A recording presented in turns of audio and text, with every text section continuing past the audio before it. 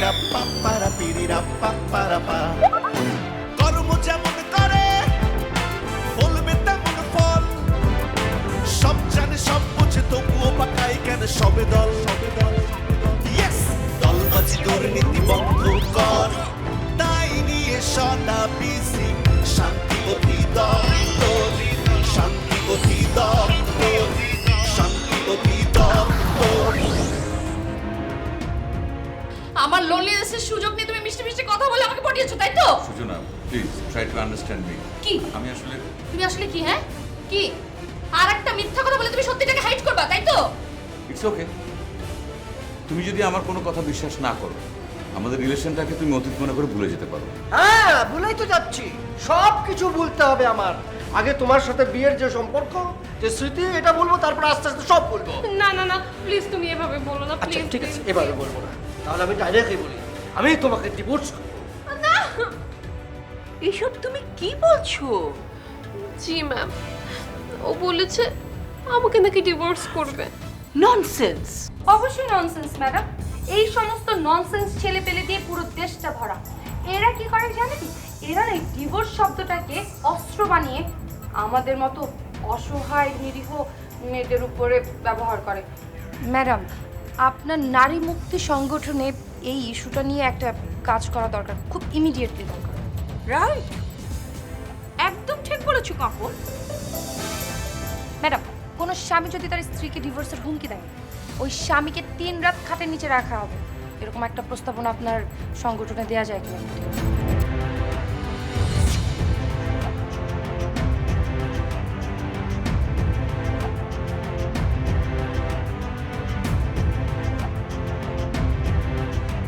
ও মাই god,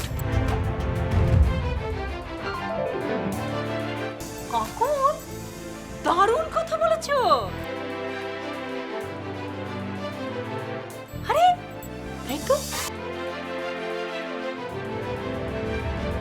খাটের নিচে মশারি ছাড়া কোনো হাজবেন্ডকে যদি 3 দিন রাখা যায়, সে সারা জীবন ডিভোর্সের কথা মুখে আনবে না।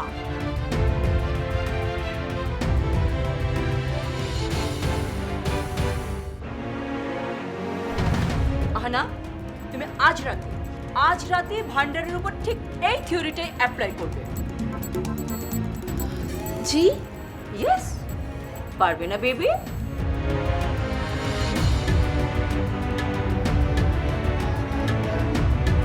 অহনা, তুমি মাথা নিচু করে আছো কেন? ম্যাডামের কথা জবাব দাও।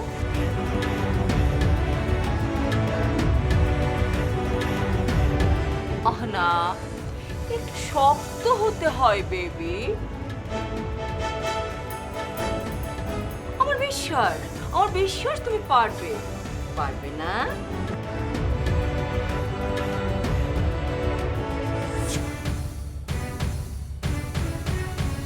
ম্যাডাম আমি ভয় পাচ্ছি। আমার খুব ভয় করছে। কিসের ভয় পাচ্ছ? ডিভোর্সের? জি ম্যাডাম। আহনা, একটা কথা মনে রাখবে, আমাদের স্বামীরা আমাদের চেয়ে তাদের চাকরিটাকে অনেক বেশি ভালোবাসে। শুধু 3 রাত কেন, সারা জীবন তারা খাটের নিচে থাকতে রাজি হবে, ডিভোর্সের কথা মাথায় আনবে না। I am sure.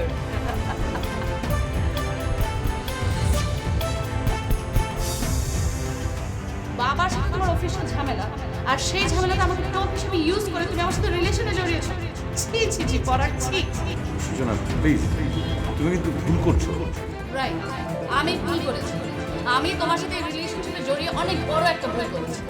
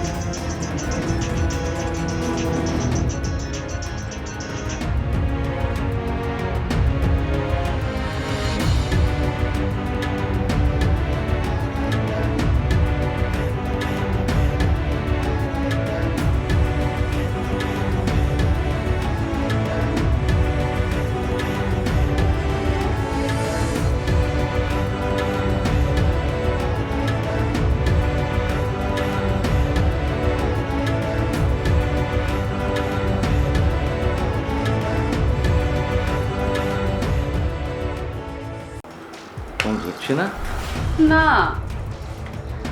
তোর কথায় কষ্ট পেয়েছে তো অভিমান কেটে কেটে ঠিকই। করবে না বাবা, আমি জানি ও আমার ফোন আর জীবনও ধরবে না। আরে ধরবে ধরবে, আর যদি না ধরে কাল সকালে ওর অফিসে গিয়ে সামনাসামনি প্রবলেম সলভ। জানি না বাবা, আমার কিছুই ভালো লাগছে না। এই যে মা, এই যে খারাপ লাগে না, এই খারাপ লাগার ভিতরে একটা শান্তি আছে, মনটাকে একটু কন্ট্রোল কর। আর শোন, ওই যে মিজানের কথা এখন তো মাটির মতো একদম বলার দরকার নেই, ঠিক আছে?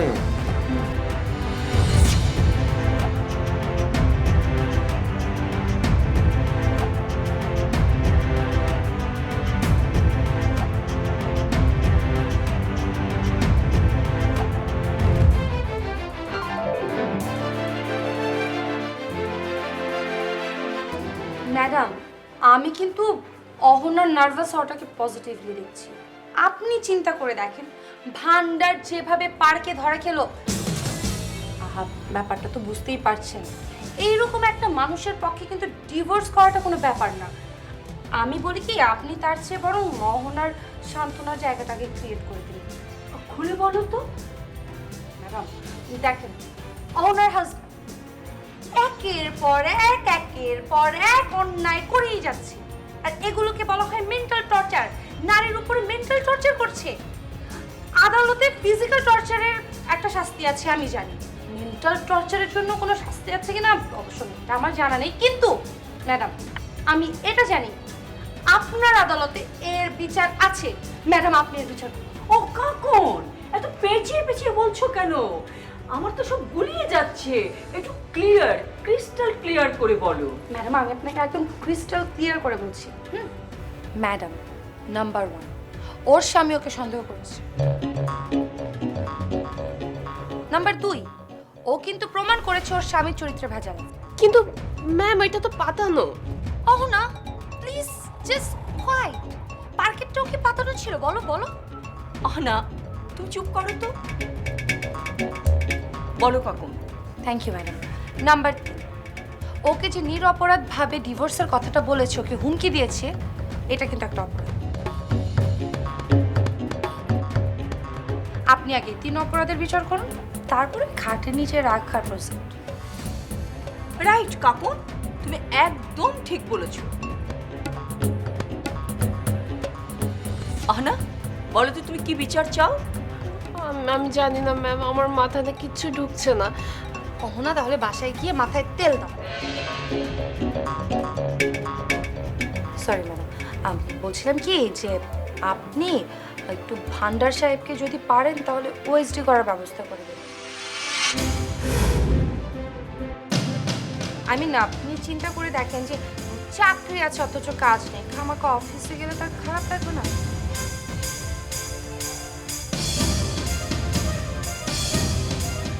উনি বাসায় থাকুক, অহনাকে বেশি বেশি সময় দেখ, তাতে করে ওদের সম্পর্কটা আরো ভালো হবে। ও মাই গড কাকুন, তোমার মাথায় এত বুদ্ধি! আমি তো ব্যাপারটাকে এভাবে ভাবিনি। I am so happy.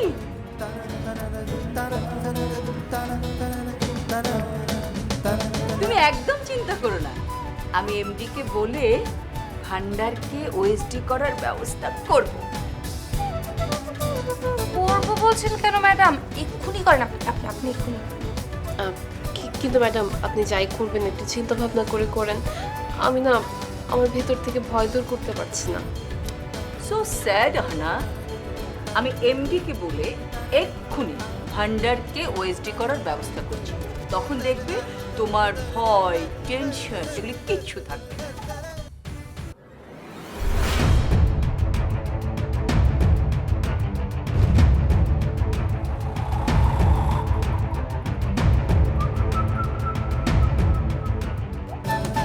আচ্ছা আশা, শুনলাম শান্তি অধিদপ্তর কোথায় একটা জমি কেনার প্রজেক্ট করছে। হ্যাঁ, তুমি ঠিকই শুনেছো।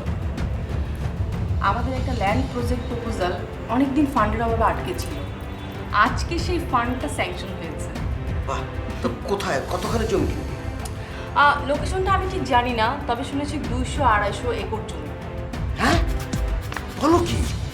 200-250 একর? ধুর, তুমি বোধহয় ভুল শুনেছো। 200-250 বিঘা হতে পারে। আমি মোটেই ভুল শুনি, বিঘা না একরি। হ্যাঁ, আচ্ছা এত জমিতে কি করবে? হাউজিং প্রজেক্টের কোনো প্ল্যান ট্যান আছে নাকি? না না, হাউজিং প্রজেক্ট না, গোডাউন করবে, অফিসটা বড় করবে, আর কি সব যেন লোকাল প্রজেক্ট করবে শুনেছি। আচ্ছা, এই জমি কেনা সংক্রান্ত কোনো কমিটি টমিটি হয়ে গেছে? হ্যাঁ হয়েছে তো। কারা কারা কারা আছে কমিটিতে? কালাম স্যার হচ্ছে চেয়ারম্যান, আর জালাল স্যার হচ্ছে ওনার নিকট। এছাড়া আজমল স্যার, সবুজ ভাই ওনারাও আছেন। মিজান স্যার নেই? না, উনি নেই। ভালোই হয়েছে, উনি যে নীতিবান, উনি এই কমিটিতে থাকলে এই প্রজেক্ট জীবনে আলোর মুখ দেখবে না। ঠিকই বলেছ, মিজান স্যার নিয়ম নীতি ছাড়া কিচ্ছু বোঝে না। এত নিয়ম দিয়ে কি সবসময় কাজকাম করা যায় বলো তুমি? রাইট, ঠিকই বলেছো। আচ্ছা আশা, এই জমি কেনা বেচা কি করবে? মানে আই মিন যোগাযোগটা মানে কার সাথে কি হচ্ছে? তুমি কি এই বিষয়ে কিছু জানো? শুনেছি আমির নামে একজন লোক কাজটা করবে। আচ্ছা আচ্ছা আচ্ছা, ইনফ্যাক্ট ওই আমিন সাহেবই লবিংটা করে ফান্ডটা স্যাংশনের ব্যবস্থা করেছে। যে করেই হোক এই লোককে খুঁজে বের করতে হবে। এত বড় একটা কাজ আমার চোখের সামনে দিয়ে হয়ে যাবে আর আমি তার ভাগ পাবো না। শান্তি রপ্তানির পিছনে ঘুরতে ঘুরতে আমার অবস্থা কাহিল। এখন এই সুযোগ কোনোভাবেই মিস করা যাবে না।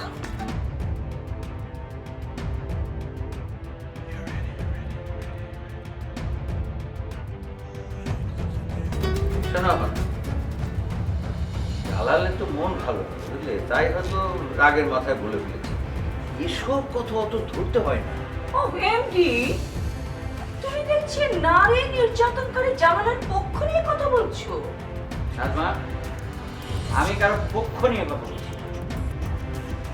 অহনাকে জালালের সঙ্গে সমস্ত জীবন কাটছে। ওরা পরস্পরের অন্য সবার চেয়ে বেশি আপন। কে কার আপন সেটা কিন্তু আমরা ভালো করেই বুঝি, তোমাকে নিয়ে ভাবতে হবে না। আমি যা বলছি তুমি তাই করবে। নাজমা, একজন অফিসারকে আমি চাইলেই ওএসডি করতে পারি না, একটা অফিসিয়াল রুলস আছে। How come? তাহলে তুমি কিসের এমডি? উফ নাজমা, আমি তোমাকে ব্যাপারটা বোঝাতে পারবো না, এটা অফিসিয়াল ব্যাপার।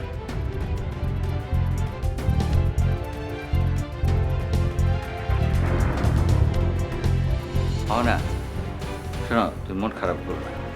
যা ঘটে গেছে এটা একটা ভুল ঘটনা।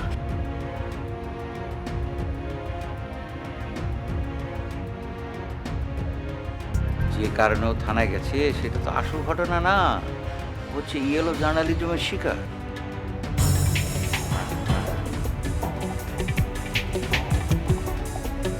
কিন্তু স্যার, ওকে তো গভীর রাতে ওই সাংবাদিকরা এসে ধরে নিয়ে যায়নি। শোনা হয় না, এই পারিবারিক যেটা বলে না যে ডোমেস্টিক প্রবলেম, এটা সহ্য করতে না পেরে জালাল হয়তো পথে গিয়েছিল রাতে মনটাকে একটু শান্ত করবার জন্য। সেখানে হয়তো একটা খারাপ পরিস্থিতির শিকার হয়েছে। না না না না না, তাহলে সঙ্গে ওই মেয়েটাকে নিয়েছে কিসের জন্যে? শরীরে হিমেল হাওয়া লাগানোর জন্যে? আহ নাজমা, মাইন্ড ইওর লাগবে। ওহো এমডি, এই বাচ্চা মেয়েটার জন্য তোমার একটু মায়া হচ্ছে না? হ্যাঁ, ওর মুখের দিকে একবার তাকিয়ে দেখো। ডিভোর্সের পেইনটা খেয়ে মেয়েটার চোখের নিচে কিরকম কালি পড়ে গেছে। ঠিক মতো খেয়াল করে দেখো না এমডি, দেখো।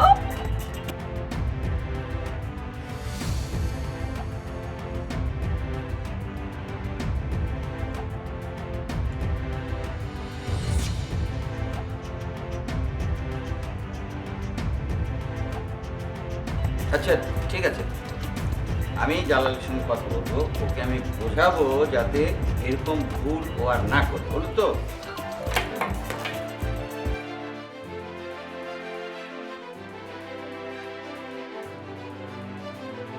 ম্যাডাম, এটা কি হলো? So sad. তোমরা নিজেরাই তো দেখলে এমডিকে কত করে বোঝালাম, বুঝতেই চাইলো না।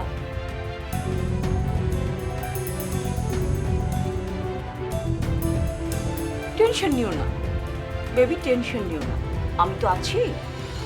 আমি যখন দায়িত্বটা নিয়েছি আমি ঠিক সময় মতো এমডিকে বুঝিয়ে কাজটা করে নেব, ওকে?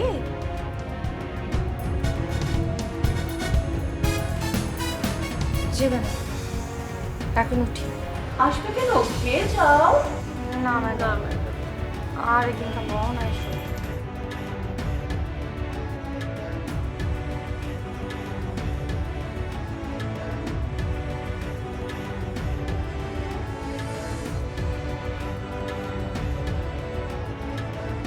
চোখের সামনে এত বড় একটা প্রজেক্টের কমিটি হলো, অথচ তুমি সেই কমিটিতে নেই। আচ্ছা, আমি কমিটিতে থাকলে লাভটা কি হতো? লাভটা কি হতো এটা যদি তুমি না বোঝো, তাহলে আমি বলবো যে তোমার মাথায় খিলু কম, এর জন্য তোমার বিয়ে হচ্ছে না। কি? হ্যাঁ, সরি। কান ধরো। আশা, এখানে কাম ধরাটা কি উচিত হবে? এখানেই তোমার ধরতে হবে, কান ধরো। একটু পরে তোমরা বাইরে যাবে, দরকার পড়লে লাইট পোস্টের নিচে দাঁড়িয়ে 3 বার না 10 বার কান ধরে উদ্বাস করো। তুমি চাইলে আমি নাকে খত দেবো, কিন্তু এখানে বসো না, ওখানে বাদ, এখানেই তোমার ধরতে হবে, এখানেই তুমি কান ধরো। ধরো কান, যদি না ধরো আমি চলে গেলাম। বসো বসো বসো বসছি। 1 সরি, 2 সরি, 3 সরি। ওকে, হাতটা নামো।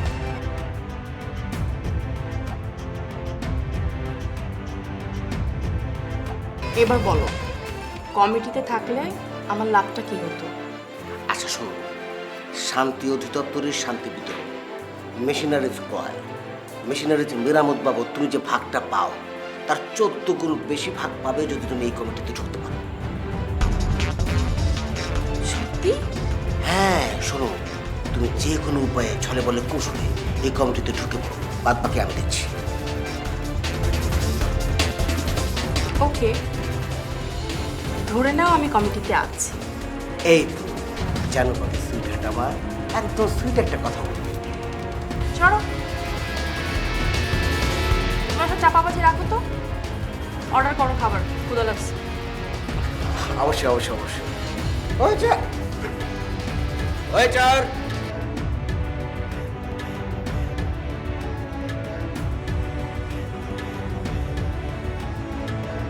মানে ম্যাডাম পুরো রাজি, এমডি স্যার কেউ মোটামুটি রাজি করাবো করাবো, এর মাঝখানে গাধা ওনার বাচ্চা সব অল্পের জন্য আজই ওয়েস্টে হলো না দালাল ভাই। এত টেনশন করো না, আমি এমন চাল চেলেছি যে আলাল ভাইয়ের ওয়েস্টে না হয়ে পারি না। সেটা হবে কবে? বেশি দিন লাগবে না। চারিদিকে না খুশির খবর বানের পানির মতো খালি চলাপ চালাপ চালাপ চালাপ করছে। রাখো তুমি তোমার ছলাৎ ছলাৎ, এখন বলো বিতরণ মিজানকে সাইজ করতে পেরেছো? না, তো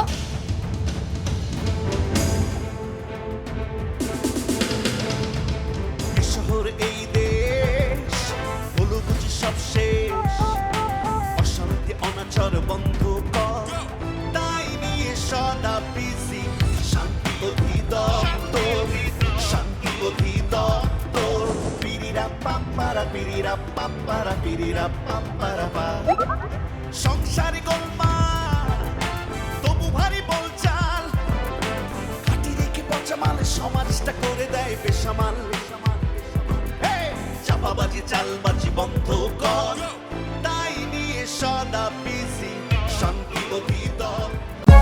For more updates, subscribe